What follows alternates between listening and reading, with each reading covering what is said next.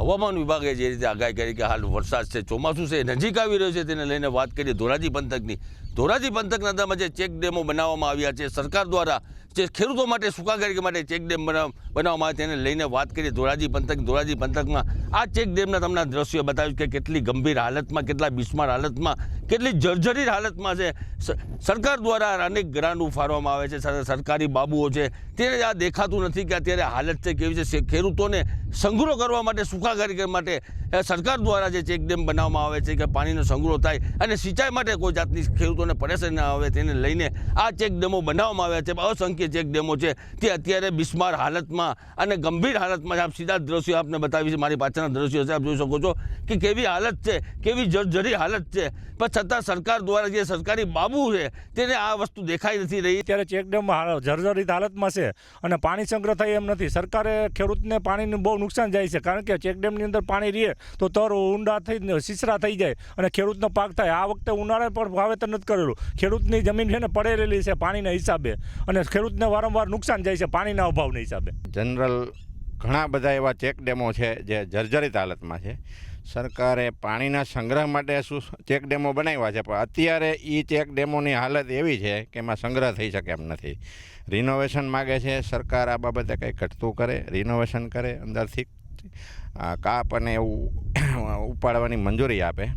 Renovation કરશે તો જ ચેક ડેમમાં પાણીનો સંગ્રહ થાય, અને સંગ્રહ થઈ શકે એવી સ્થિતિ નથી. વરસાદ થાય એટલે કાં તૂટી જશે અને પાણીનો વ્યય થઈ જશે. ચેક ડેમ બાબત બનાવી ગયા છે પણ પાણી તો કંઈ સંગ્રહ થતો નથી, તૂટી ગયું છે. એટલે સરકારે બનાવ્યું, ખર્ચો કર્યો, એ બધો પાણીમાં ગયો. હવે કોઈ પાછું હમું જોતા નથી, ખાલી ઊભા રહે સરકાર. ખાલી બનાવીને ચેક ડેમ બનાવીને એને એમ કે મોટા અમે બનાવી દીધા એવું થયું. ચેક ડેમની હાવ ભંગાર સ્થિતિ છે, જર્જરે તૂટી ફૂટી ગયા છે.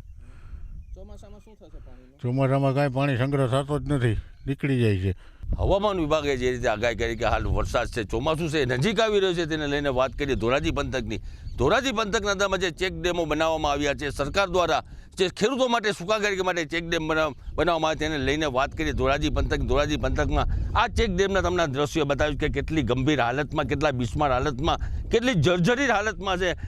સરકાર દ્વારા અનેક ગ્રાન્ટ ઉફાળવામાં આવે છે, સરકારી બાબુઓ છે, તેને આ દેખાતું નથી કે અત્યારે હાલત છે કેવી છે. ખેડૂતોને સંગ્રહ કરવા માટે, સુખાકારી માટે સરકાર દ્વારા જે ચેક ડેમ બનાવવામાં આવે છે કે પાણીનો સંગ્રહ થાય અને સિંચાઈ માટે કોઈ જાતની ખેડૂતોને પરેશાની ના આવે, તેને લઈને આ ચેક ડેમો બનાવવામાં આવ્યા છે. અસંખ્ય ચેક ડેમો છે તે અત્યારે બિસ્માર હાલતમાં અને ગંભીર હાલતમાં છે. આપ સીધા દ્રશ્યો આપને બતાવી છે, મારી પાછળના દ્રશ્યો છે, આપ જોઈ શકો છો કે કેવી હાલત છે, કેવી જર્જરી હાલત છે. પણ છતાં સરકાર દ્વારા જે સરકારી બાબુ છે તેને આ વસ્તુ દેખાઈ નથી રહી. ત્યારે ચેક ડેમ જર્જરિત હાલતમાં છે અને પાણી સંગ્રહ થાય એમ નથી. સરકારે ખેડૂતને પાણીનું બહુ નુકસાન જાય છે, કારણ કે ચેક ડેમની અંદર પાણી રહે તો તર ઊંડા થઈ સિસરા થઈ જાય અને ખેડૂતનો પાક થાય. આ વખતે ઉનાળે પણ વાવેતર નથી કરેલું. ખેડૂતની જમીન છે ને પડેલી છે પાણીના હિસાબે અને ખેડૂતને વારંવાર નુકસાન જાય છે પાણીના અભાવના હિસાબે. જનરલ ઘણા બધા એવા ચેક ડેમો છે જે જર્જરિત હાલતમાં છે.